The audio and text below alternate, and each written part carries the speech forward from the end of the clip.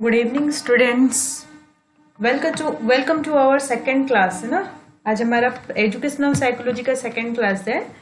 जो हमारे first video lecture को नहीं देखे हैं वो लोग देख लो, क्योंकि first video lecture something is about the meaning of intelligence, characteristics of intelligence है ना। And so many definitions are also there, so many IQ, EQ, SQ terms are there, so you can better understand that.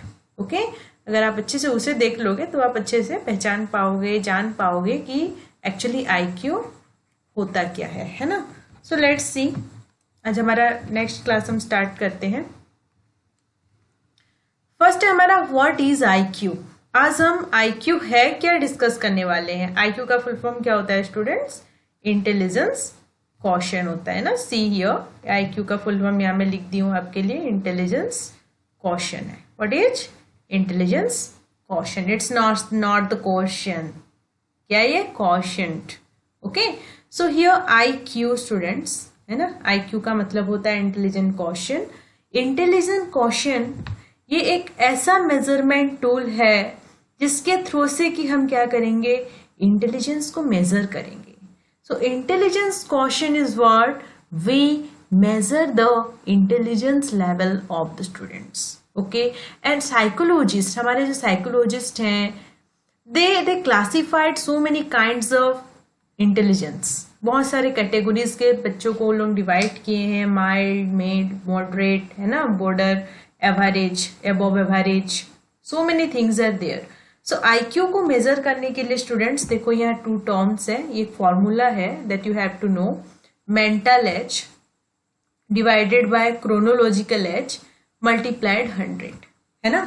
IQ को measure करने के लिए हमारे पास क्या क्या होनी चाहिए? We required mental age, then we required chronological age. Okay, so MA mental age is abbreviated as MA। Mental age को MA भी बोला जाता है, क्रोनोलॉजिकल एज को CA भी बोला जाता है।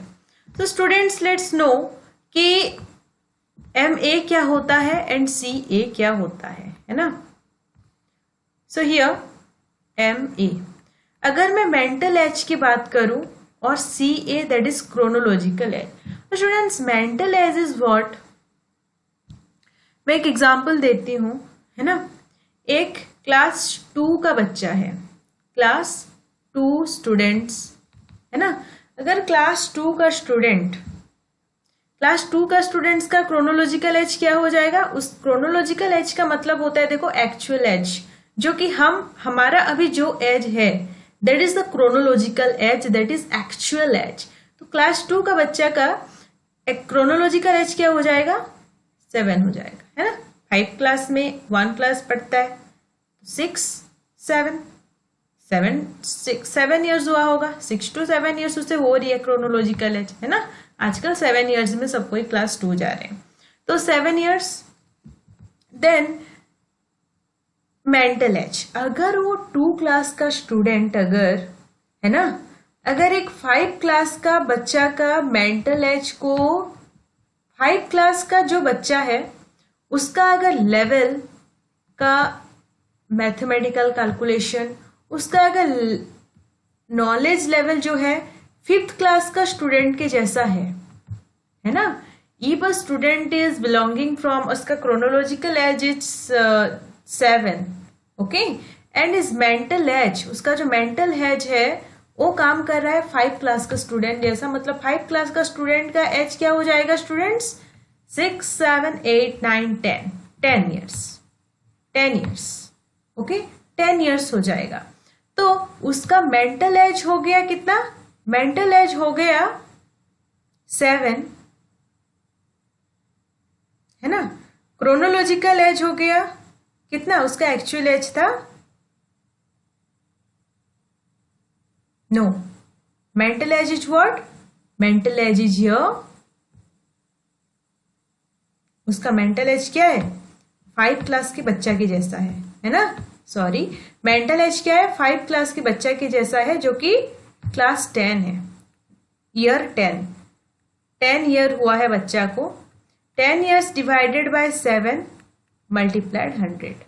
हम कर देंगे क्या, 10 years डिवाइडेड बाय 7, जो कि ये हो गया उसका मेंटल एज 10, क्रोनोलॉजिकल एज 7, और हम mental age divided by chronological age into 100 कर देंगे, जो आपका आंसर हो जाएगा this is the IQ level of a child of a student. So देखो स्टूडेंट्स, अभी आपको समझ में आ गया होगा कि IQ होता क्या है। IQ होता है जिसको इंटेलिजेंस क्वोशिएंट बोला जाता है, जो इंटेलिजेंस क्वोशिएंट जो कि हमारे फर्स्ट 1912 में साइकोलॉजिस्ट विलियम स्टर्न जो हैं वो निकाले थे। William stern was first coined the term IQ, okay, in the year 1912, and to find out the any kind of intelligence level we require 2 ages। हमें 2 एज चाहिए होता है। पहला एज हो गया मेंटल एज, सेकेंड हो गया क्रोनोलॉजिकल एज। सो chronological age क्या होता है, this is the actual as of child, है ना, बच्चों का एक्चुअल एज जब हम बोल रहे हैं, बच्चों को एक्चुअली जो एज हुआ रहता है, this is the what, the chronological age. For example एक बच्चा को 10 years हो गया है, 10 years का बच्चा है, लेकिन उसका जो मेंटल परफॉर्मेंस है वो 5 क्लास का भी मैथ उसे नहीं आ रहा है। Then what we have to do, what is our formula के हिसाब से हम क्या पुट करेंगे, मेंटल एज हो गया उसका 5, क्रोनोलॉजिकल एज हो गया उसका 10, और हम उसका मल्टीप्लाइड कर देंगे 100। आप उसका ईयर्स को, है ना, आप उसका एज को भी कैलकुलेट कर सकते हो। 5 years बच्चा का ईयर क्या हो जाएगा, 10। 5 क्लास में है तो बच्चा का कौन से ईयर में होगा, 5 क्लास में है तो 6, 7, 8, 9, 10 years, है ना। और एक 10 years का बच्चा है, कितना उसको हो जाएगा, 11, 12, 13, 14, 15 years। तो 10/15 इंटू 100, ये हो जाएगा हमारा formula. And whatever the answer we have to, जो भी फाइंड आउट हम करेंगे, that is the actual IQ level of that child. So here the mental age is what they expressed as the age at which the child is performing intellectually. So mental age क्या है, बच्चा का जो intellectual performance है हम उसे क्या बोलेंगे, intellectual performance को mental age बोलेंगे, है ना, जो कि माइंड उसका चल रहा है। कोई के बच्चे होते हैं बहुत 9-10 क्लास तक चले गए होंगे but they are unable to do the mathematical calculation of class 5। So their mental level is another, their IQ level is completely different। और कुछ चाइल्ड होते हैं they are in 5 class but they can able to do the mathematical calculation of 9 class। So that kind of child have the different kind of IQ, है ना। तो किसका IQ level average होता है, किसका हाई एवरेज होता है, किसका some are intelligent, some are superior, some students are very much above average, some are moderate, some are what we can say. So many kinds of categories are there. We discuss one by one. Okay. So here the IQ table देख लो, यहाँ मैं जो आपको बोल रही थी IQ table जो है यहाँ देख लो अच्छे से। नियर जीनियस, हमारे जो साइकोलॉजिस्ट हैं उन लोग बहुत सारे टाइप्स में डिवाइड किए हैं। नियर जीनियस और जीनियस बच्चों का IQ लेवल होता है 140। वेरी सुपरियर बच्चों का IQ लेवल होता है 130 to 39। सुपरियर एक कैटेगरी होते हैं जिनका कि IQ लेवल होता है 120 से 29। एबव एवरेज एक टाइप ऑफ स्टूडेंट होते हैं जिनका कि होता है 110 to 119। नॉर्मल एवरेज होते हैं जिनका कि होता है 90 to 109। बिलो एवरेज होते हैं जिनका कि IQ लेवल होता है 80 to 89। Doll and border line होते हैं, ये कि एग्जाम में बहुत आता है कि dull students are comes under which kind of IQ 70 to 79। Then the feeble minded also comes in so many times, examination में बहुत आया है, उन्हें मोरन भी बोला जाता है, जिनका कि IQ लेवल होता है 50 to 69। इम्बेसाइल भी वेरी मच इंपॉर्टेंट है ना, जिनका कि होता है 24 to 49। And the idiot students का क्या होता है, उनका होता है IQ level 0 to 24। They are completely, मतलब what we can say the poor students, है ना, they don't know what they don't ever about the education, this is the idiot। So what kind of how many kinds of classification are there? Near genius, very much superior, superior, above average, normal average, है ना, जो कि हमारे होते हैं below average, dull, border line, feeble minded, moron, imbecile, idiot. So those are the IQ table. So you have to learn child, है ना. आप लोगों को ये सब क्या करनी है, लर्न करनी होगी. लर्न करोगे तो स्टूडेंट्स आपको एग्जाम में एक आध क्वेश्चन तो जरूर आएगा. So you have to learn, you are bound to learn this table because 2 marks का क्वेश्चंस यहां से आ जाता है. Okay, next we move our another slide. देखो स्टूडेंट्स, यहाँ जो हम लोग आज का हमारा टॉपिक क्या था, थ्योरीज ऑफ इंटेलिजेंस हम पढ़ने वाले थे. नहीं तो ये जो थ्योरीज ऑफ इंटेलिजेंस में so many theories are there, हमें मालूम है. Monofactor theory of Alfred Binet, 2 factor theory of Spearman, triarchic theory of Sternberg, PMA Thurston, multiple intelligence Howard Gardner, crystalline fluid Cattell, structure of intellect Guilford, Thorndike's theory है हमारा, and the emotional intelligence are also there. So many, these are the theories that we have to discuss one by one. Next है हमारा first theory is what, monofactor theory. अभी हम आ गए हमारा मुद्दे के पास, है ना. This are the important thing. And देखो ये जो टॉपिक है this are very much important and the marketing subject is this. Okay, तो इसका जो थ्योरी है, थ्योरी के फाउंडर कौन है, ये क्या दिए थे, and what is the importance of this theory that we have to note down in your copy. तो स्टूडेंट्स, मोनोफैक्टर थ्योरी जो है ये अल्फ्रेड बिनेट दिए थे. अल्फ्रेड बिनेट है कौन, Alfred Binet develop the first intelligence test. जो हमारा इंटेलिजेंस टेस्ट नहीं था, आईक्यू जो मेजर करते हैं, तो ये जो अल्फ्रेड बिनेट थे ये एक ऐसे फर्स्ट पर्सन है जो कि क्या किए थे, Alfred Binet the first intelligence test को डेवलप किए थे. First person to develop the intelligence test. He was the first to introduce a concept of mental age. Another important point, Alfred Binet ही एक ऐसे पर्सन है जो कि mental age को क्या किए थे, इंट्रोड्यूस किए थे first time in the field of psychology, और we can say educational psychology. According to this unifactor theory, ये बोलता क्या है, देखो, intelligence we all have common sense और general factor of intelligence to apply in every task. देखो students, ये जो मोनोफैक्टर थ्योरी है ना, ये फोकस किया है जनरल फैक्टर को.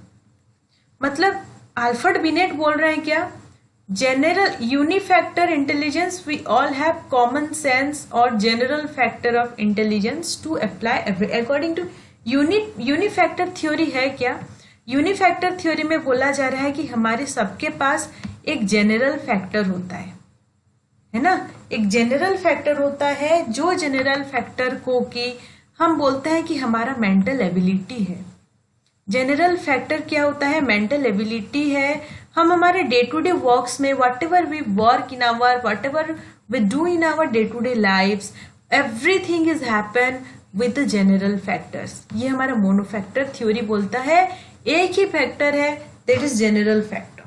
हम जनरल फैक्टर के थ्रू से ही हमारा क्या करता है, वट एवर वी डू, हम जो भी काम कर रहे हैं, we do in we do through our what, do through our general factor, और we can say mental energy. और इसे मेंटल एनर्जी भी बोला जाता है. क्या बोला जाता है, मेंटल एनर्जी. ओके,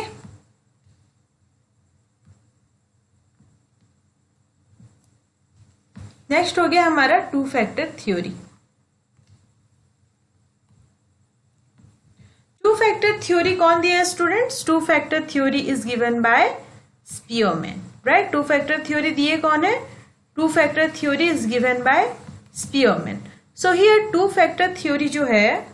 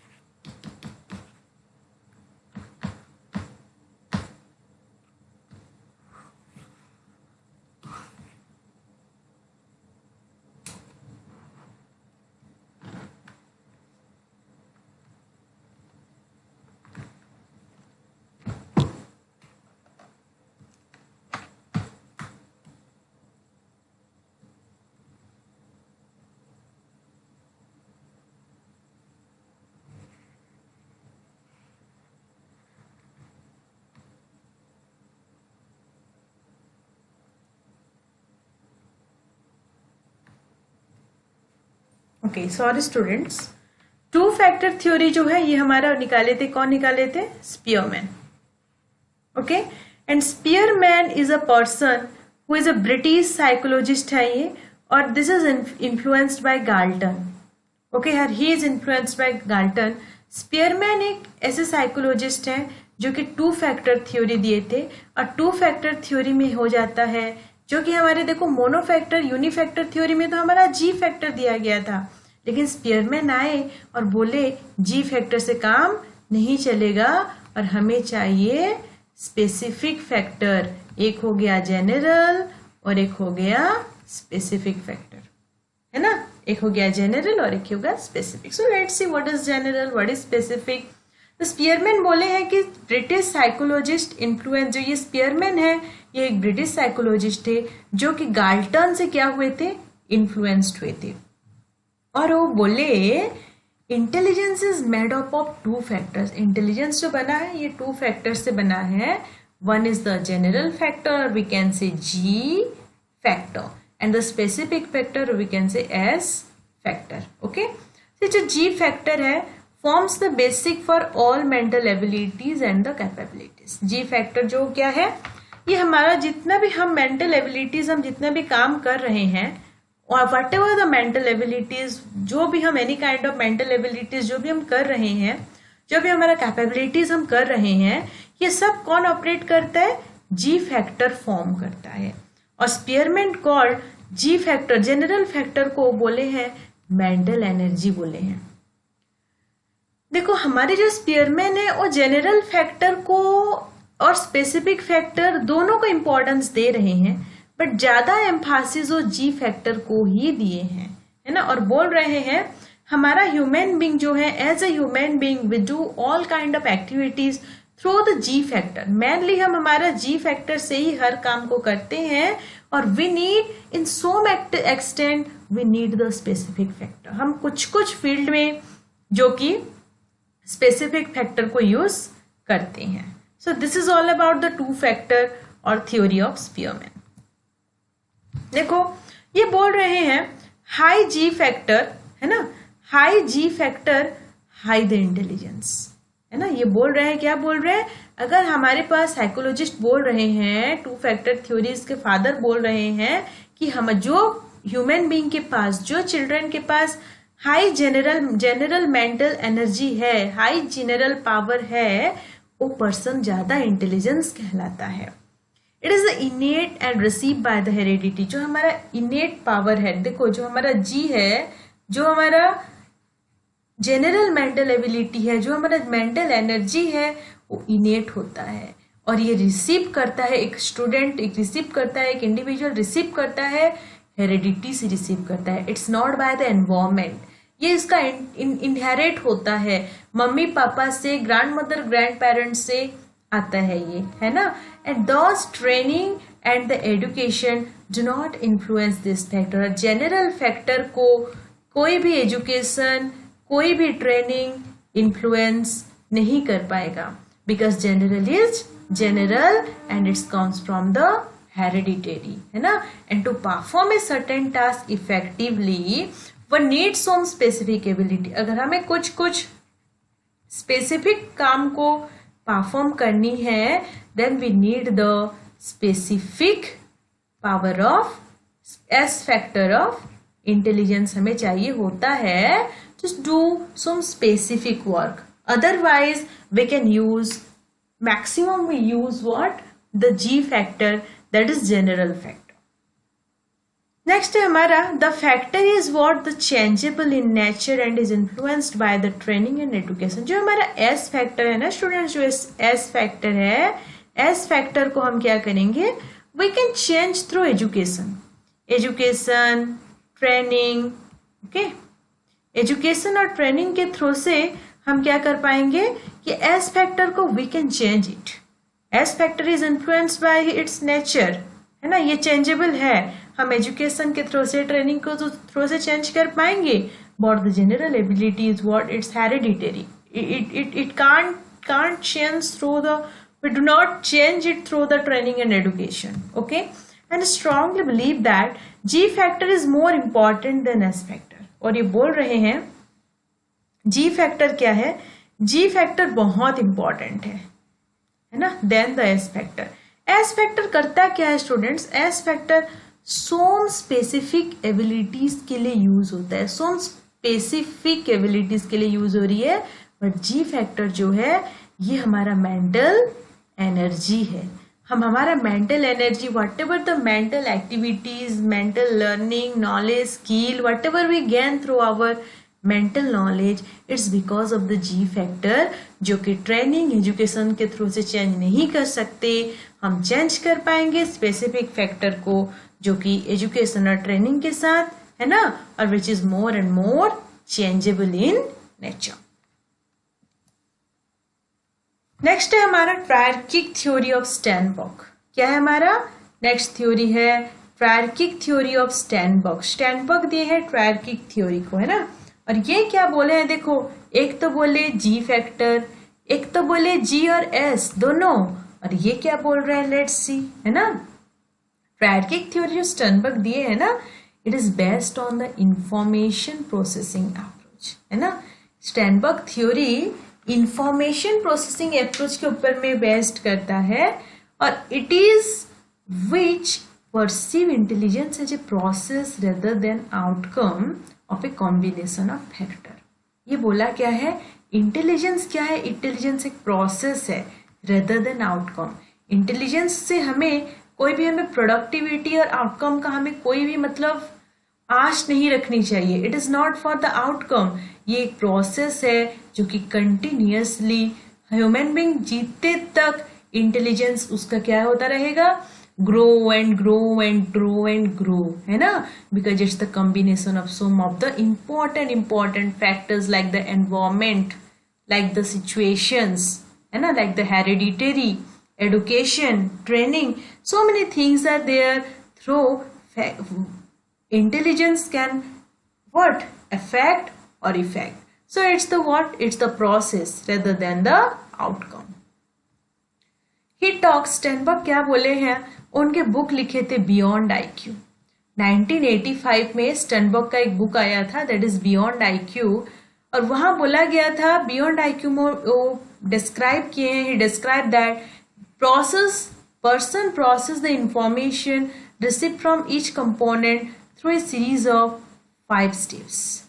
तो बच्चा जो इंफॉर्मेशन को प्रोसेस करता है, what ever he the student, the child, the individual, he gain from the environment through his sense organ. हमारे जो पंचेंद्रिय है, 5 सेंस ऑर्गन है, हम जो सेंसेस के थ्रू से जो नॉलेज गेन करते हैं बियॉन्ड आईक्यू का है ना, ये जो है 5 स्टेप्स के थ्रू से हमारा नॉलेज का क्या होता है, इंफॉर्मेशन हम रिसीव करते हैं थ्रू 5 प्रोसेस। 5 प्रोसेस से रिसीव कर रहे हैं, those 5 process are encoding, inferring, mapping, application, responses. So these 3 types are देखो ये 3 types है जो कि हमारा practical intelligence है, creative intelligence है और analytical intelligence है। तो हमें ज्यादा कुछ जाननी नहीं है, हमें हमारे एग्जामिनेशन पॉइंट ऑफ व्यू से इतना जाननी है कि स्टैनबर्ग्स का बुक क्या है बियॉन्ड द आईक्यू, जो कि 1985 को आया था। What are the 5 steps given by the Sternbergs? Encoding, inferring, mapping, application and responses है ना। और एक बुक था 3 types of intelligence भी बोले थे, one is practical, creative and analytical। देखो ये जो हमारा कंपोनेंशियल इंटेलिजेंस है ना, कंपोनेंशियल इंटेलिजेंस को एनालिसिस और एनालिटिकल इंटेलिजेंस भी बोला जाता है। एनालिटिकल इंटेलिजेंस भी बोला जाता है। एक्सपीरियंशियल इंटेलिजेंस को क्रिएटिव इंटेलिजेंस भी बोला जाता है, और कॉन्टेक्चुअल इंटेलिजेंस को एडॉप्टेशन और प्रैक्टिकल इंटेलिजेंस भी बोला जाता है। So let's see analytical intelligence है क्या, जिसको कि हम कंपोनेंशियल भी बोल रहे हैं, कंपोनेंशियल भी बोल रहे हैं। तो एनालिटिकल इंटेलिजेंस है क्या, academic problem solving and computation. देखो स्टूडेंट्स, एनालिटिकल इंटेलिजेंस से बच्चा क्या करता है कि प्रॉब्लम सॉल्व करेगा, है ना, कंप्यूटेशन करेगा, कैलकुलेशन करेगा, एकेडमिक प्रॉब्लम जो भी है, reasoning, thinking, problem solving, hypothesis, all the things are under the analytical intelligence, under the analytical intelligence. Practical intelligence के थ्रू से हो रही है वो एक स्ट्रेट स्मार्ट और कॉमन सेंस, मतलब उसका सेंस ऑर्गन बहुत, मतलब it's completely amazing sense organ. Practical intelligence जिसका होता है वो लोगों को देख देने से पहचान जाता है कि the person is like this, is a good और बैड। सिचुएशन को देखने से पता चल जाता है कि इस situation is what kind of situation, is completely kindness, it's completely crowded, it completes what kind of situation the intelligence, practical intelligence जो पर्सन में होता है ना वो स्ट्रीट स्मार्ट कहलाता है, मतलब चीजों को जल्दी क्या कर लेता है, पकड़ लेता है। वो क्या कहता है, चीजों को समझ लेता है, इमीडिएटली अंडरस्टैंड द सिचुएशन कि what kind of situation is create here, is this emotional, is this good, is this sad, is this bad, is this weak, it is strengthen, what kind of situation. तो practical intelligence क्या करता है, जिसमें हुआ वो लोग को street smart बोला जाता है। And the creative intelligence, creative intelligence तो नाम से पता चल रहा है इमेजिनेटिव होगा, इनोवेटिव होगा एंड प्रॉब्लम सॉल्विंग पावर बच्चा का होगा, है ना।